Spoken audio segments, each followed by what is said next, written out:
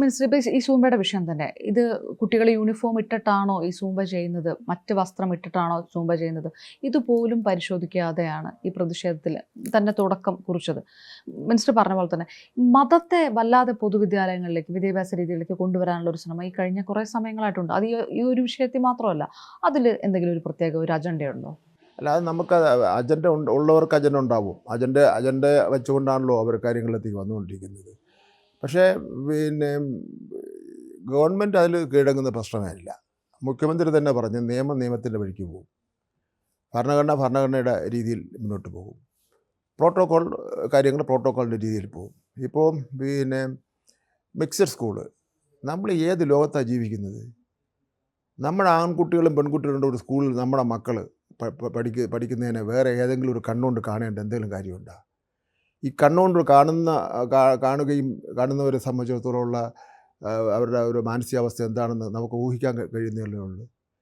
രണ്ടാമതൊരു കാര്യം വന്നു വെച്ചാൽ, കുട്ടികൾ 1-ാം ക്ലാസ്സിലും 2-ാം ക്ലാസ്സിലും 3-ാം ക്ലാസ്സിലും പഠിക്കുന്ന കുട്ടികളെ പിന്നെ മിങ്കിൾ ഇരിക്കുമല്ലോ.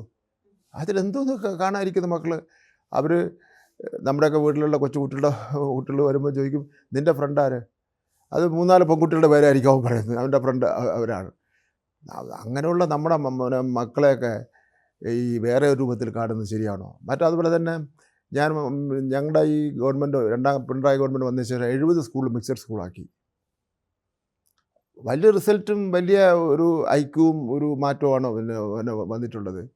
അപ്പോൾ അതുകൊണ്ട് പിന്നെ വർഗീയതയും അതേപോലെ തന്നെ ഈ മതവും ഈ അന്ധവിശ്വാസങ്ങളെയൊന്നും സ്കൂളുകൾ നടപ്പിലാക്കാൻ വേണ്ടി പറ്റില്ല. പല സ്കൂളുകളിലും അന്ധവിശ്വാസത്തിൽ അടിസ്ഥാനമായിട്ടുള്ള പിന്നെ കാര്യങ്ങൾ നടക്കുന്നുണ്ട്. ഉദാഹരണം ഞാൻ പറയപ്പോൾ, കേരളത്തിലെ 47 ലക്ഷം കുട്ടികളുണ്ട്. കുറച്ച് വ്യത്യാസം വരുമായിരിക്കും അത്.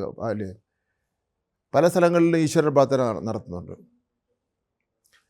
ആ ഈശ്വര പ്രാർത്ഥനകൾ അത് അങ്ങനെ വേണമെന്ന് സംബന്ധിച്ചിടത്തോളം പരിശോധിക്കേണ്ട സമയം കഴിഞ്ഞിരിക്കുകയാണ്. ഞാനത് ആദ്യമായിട്ട് പറയുക. കാരണം കുട്ടികളാകുമ്പോൾ ഹിന്ദു ഉണ്ടാവും, ക്രിസ്ത്യാനി ഉണ്ടാവും, മുസ്ലിം ഉണ്ടാവും, അല്ലെങ്കിൽ വേറെ ഏതെങ്കിലും വിഭാഗം ഉണ്ടാവും. പാടേണ്ട പാട്ടെന്ന് പറയുന്നത് എല്ലാവരും അംഗീകരിക്കപ്പെടുന്ന പാട്ടായിരിക്കണം.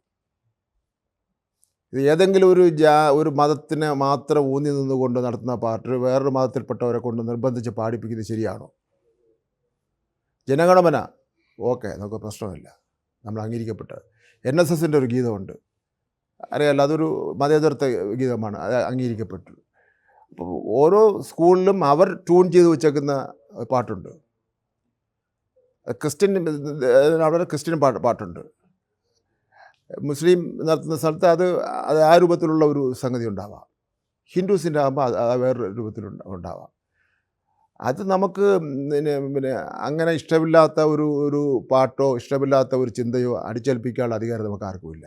ഇനി സെക്യുലർ ആയിട്ടുള്ളതായിരിക്കണം ഈ പ്രാർത്ഥനകൾ എന്നാണ് ഞാൻ കാണുന്നത്. ഇപ്പോൾ കേരളത്തിലാകെ നമുക്ക് അങ്ങനെ ഒരു ഇത് പ്രശ്നം വെച്ചാൽ, ഈ കുട്ടികൾക്ക് 1-ാം ക്ലാസ് ചേർന്ന കുട്ടി 1-ാം ക്ലാസ് മുതൽ പറഞ്ഞ് പഠിച്ച് അവൻ 10-ാം ക്ലാസ്സിൽ വരുമ്പോൾ ഇതാണല്ലോ അവൻ്റെ മനസ്സിൽ കിടക്കുന്നത്.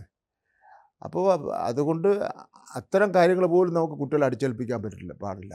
കുട്ടികളുടെ സ്വതന്ത്രമായ ചിന്ത, അത്തരം കാര്യങ്ങൾക്ക് നമുക്ക് മുൻതൂക്കം കൊടുക്കേണ്ടതായിട്ടുണ്ട്. നമ്മൾ ഒരു രീതിയിലുള്ള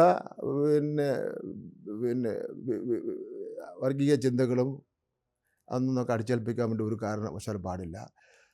ഇപ്പോൾ ഇതാണ്. അപ്പം കഴിഞ്ഞ ദിവസം ഒരു കൂട്ടർ അടുത്ത് വന്നിട്ട്, ഞാൻ 1-2 സ്ഥലത്ത് പ്രസംഗിച്ചു, ശനിയാഴ്ച ദിവസം പരീക്ഷ എഴുതാൻ പറ്റില്ല, പേപ്പറും പേനയും ശനിയാഴ്ച ഞങ്ങൾ തൊടില്ല, അതോടെ മാറ്റി വയ്ക്കണം. ഞാൻ പറയും, നിങ്ങൾ ആ ദിവസം അങ്ങ് മാറ്റിക്കൊണ്ടാൽ മതി, പരീക്ഷ മാറ്റുന്ന പ്രശ്നമൊന്നുമില്ല. നമുക്കിപ്പോൾ ഓണത്തിന് അവധി കൊടുക്കാം, ക്രിസ്മസിന് അവധി കൊടുക്കാം, റംസാൻ അവധി കൊടുക്കാം, അതേപോലെ ചില പ്രധാനപ്പെട്ട ദിവസങ്ങൾ ഗവൺമെൻറ് പ്രഖ്യാപിച്ചാൽ അവധി കൊടുക്കാം. അതിനപ്പുറമായിട്ട് ലോകത്ത് ഒരു സ്ഥലത്തും ഇല്ലല്ലോ ഈ രീതികളൊന്നും.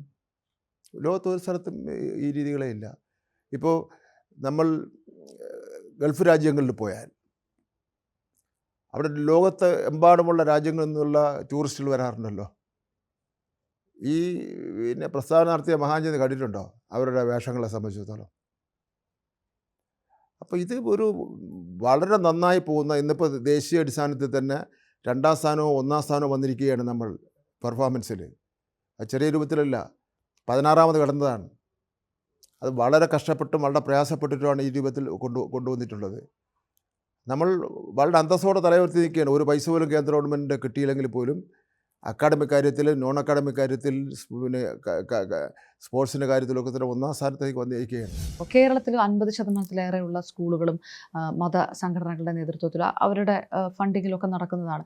അതിപ്പോൾ ഏത് മതമായാലും ഇതൊരു വലിയ വിഷയമാകാനുള്ള സാധ്യതയുണ്ട്. വലിയ തരത്തിലൊരു പ്രൊട്ടസ്റ്റ് വരികയും ചെയ്യും. അതിപ്പോൾ ക്രിസ്ത്യൻ ആയാലും മുസ്ലിം ആയാലും ഹിന്ദു സംഘടനകൾ നടത്തും. അത് റിഫ്ലക്റ്റ് ചെയ്യുന്ന പ്രാർത്ഥനകളാണുള്ളത്. അത് പ്രാക്ടിക്കലായിട്ട് സർക്കാർ അങ്ങനെ തീരുമാനം നടപ്പാക്കാൻ ഞങ്ങളൊരു പറ്റുമോ? തീരുമാനം എടുക്കാൻ വേണ്ടി പോകുന്നില്ല. സമൂഹത്തിൽ ചർച്ചയ്ക്ക് വേണ്ടി വിടുകയാണ്. നിരവധി കത്തുകൾ എനിക്ക് വരുന്നുണ്ട്. എൻ്റെ മകനെ കൊണ്ട് നിർബന്ധിച്ച് ഇത് പാടിപ്പിക്കുന്നു, എൻ്റെ മകളെ കൊണ്ട് നിർബന്ധിച്ച് ഇത് പാടിപ്പിക്കുന്നു, ഞങ്ങൾക്ക് ഇഷ്ടമില്ല. അതുകൊണ്ട് നിങ്ങളൊരു കോമൺ പിന്നെ പ്രാർത്ഥന എന്ന് പറയാൻ പറ്റില്ല, ഒരു കോമൺ പിന്നെ ഗാനം സ്കൂൾ ആരംഭിക്കുമ്പോൾ ആവശ്യമാണ് എന്ന നിലയിൽ പല കോണുകളിൽ നിന്നുള്ള നിർദ്ദേശങ്ങൾ പിന്നെ വരുന്നുണ്ട്. ശരിയാണ്. അപ്പോൾ സർക്കാർ അങ്ങനെ ഒരു നിർദ്ദേശം കൊടുക്കും, ഇതൊന്ന് പരിശോധിക്കണം. നിർദ്ദേശമൊന്നും കൊടുക്കുന്നില്ല. ഞാൻ എൻ്റെ ഒരു അഭിപ്രായ പ്രകടനം നടത്തിയാണ്. സമൂഹം ചർച്ച ചെയ്യട്ടെ അത് എങ്ങനെ വേണമെന്ന് സംബന്ധിച്ചിടത്തോളം. അങ്ങനെ പൊതുവിൽ സമൂഹം ചർച്ച ചെയ്താൽ എല്ലാ സ്കൂളുകളിലും ഒരേ പിന്നെ NSSൻ്റെ ഗാനം പാടുന്ന പോലെ ഒരു പാട്ട് കുട്ടികൾക്ക് രാവിലെയും വൈകുന്നേരം പാടുന്നതിന് വേണ്ടിയുള്ളൊരു പാട്ട് തയ്യാറാക്കുന്നതിന് ഗവൺമെൻറ് എതിരില്ല.